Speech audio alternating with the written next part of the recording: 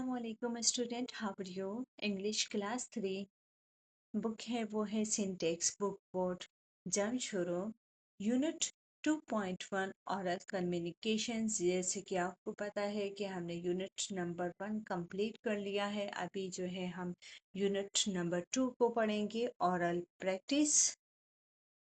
Enquiring about health, health के बारे में जानना।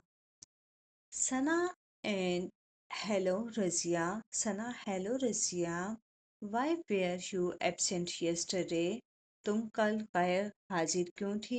Razia hello Sana, Razia hello Sana, I वॉन्ट्स feeling well.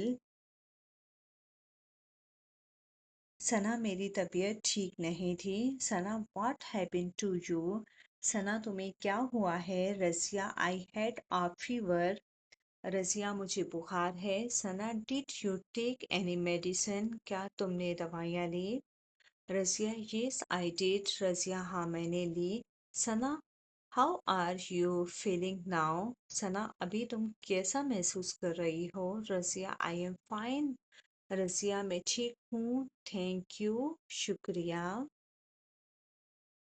And next video के लिए अल्लाह हाफिज़।